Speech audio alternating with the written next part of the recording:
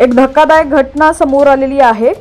पत्नीच्या खुनासाठी 2.5 लाख रुपये पतीनेच दिले। 13 ऑगस्टला झालेला तिचा मृत्यू अपघात वाटत होता, पण त्यानंतर पोलिसांनी या घटनेमागचं खरं कारण शोधून काढलंय। घटना पूर्ण पाहूया त्याआधी तुम्ही HPN मराठी न्यूज चॅनल पहिल्यांदाच पाहत असाल आणि अजूनही चॅनलला सबस्क्राइब केलं नसेल तर नक्की सबस्क्राइब करा, जेणेकरून आमचे अपडेट्स लवकरात लवकर तुमच्यापर्यंत पोहोचतील। तर ही घटना घडली आहे मध्य प्रदेशातल्या ग्वालियरमध्ये। पत्नीचा एका सवयीला वैतागलेल्या पतीनं तिच्या हत्येचा कट रचला। त्यानं अशी खोटी कहाणी रचली की पोलीसही चांगले चक्रावले। त्यानं पत्नीच्या खुनासाठी 2.5 लाख रुपये दिले। 13 ऑगस्टला तिचा मृत्यू हा अपघात वाटत होता, पण त्यानंतर पोलिसांना या घटनेमागचं खरं कारण मिळालेलं आहे।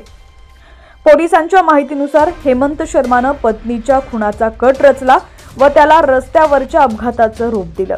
त्याच्या या एका चुकीमुळे घटनेचा पर्दाफाश झालाय। त्यानं पत्नीचा खून करायला मित्रांना 2.5 लाख रुपये दिले होते। घटनेच्या दिवशी कटाचा भाग म्हणून हेमंत पत्नी दुर्गावती व तिचा भाऊ संदेशला मंदिरात घेऊन गेला। परत येत असताना हेमंतच्या एका मित्रानं इकोस्पोर्ट कारनं जाणून बुजून दुर्गावती व तिच्या भावाच्या बाईकला धडक दिली। यात दुर्गावती गंभीर जखमी झाली। रुग्णालयात उपचारादरम्यान तिचा मृत्यू झाला। या घटनेत संदेश जखमी झाला। हेमंत शर्मानं याबाबत हिट अँड रनची तक्रार दिली। लोडिंग वाहन बाईकला धडकल्यानं अपघात झाला आणि यात पत्नीचा मृत्यू झाला असं त्यानं म्हटलं, पण त्याच्या जबाबात खूप चुका होत्या, त्यामुळे पोलिसांना संशय आला। परिसरातील CCTV फुटेज स्कॅन केल्यानंतर बाईकला कोणतीही लोडिंग वाहन धडकल्याचं पोलिसांना आढळलं नाही। टक्कर होण्यापूर्वी पोलिसांना एक इकोस्पोर्ट कार बाईकच्या मागून येताना दिसली, त्यामुळे पोलिसांना संशय आला आणि त्यांनी तपास केला।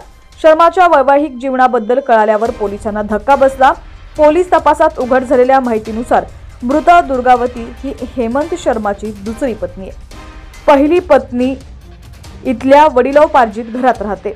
हेमंत आणि दुर्गावती यांचे 2017 पासून प्रेमसंबंध होते, तेव्हा दोघंही परीक्षेची तयारी करत होते। 2021 मध्ये दुर्गावतीच्या वडिलांनी तिचं दुसऱ्याशी लग्न केलं। 2022 मध्ये हेमंतचंही दुसऱ्या मुलीशी लग्न झालं। त्यानंतर हेमंत आणि दुर्गावती दोघंही आपापल्या आयुष्यात जगू लागले। हेमंतच्या लग्नानंतर काही दिवसांनी दुर्गावतीनं अचानक पतीला घटस्फोट दिला आणि ती परत आली। त्यानंतर पुन्हा दुर्गावती आणि हेमंत एकमेकांच्या संपर्कात आले। प्रेम पुन्हा फुललं आणि 2023 मध्ये त्यांनी कोर्टात लग्न केलं। लग्नानंतर दोघंही पळावा परिसरातल्या एका घरात राहू लागले।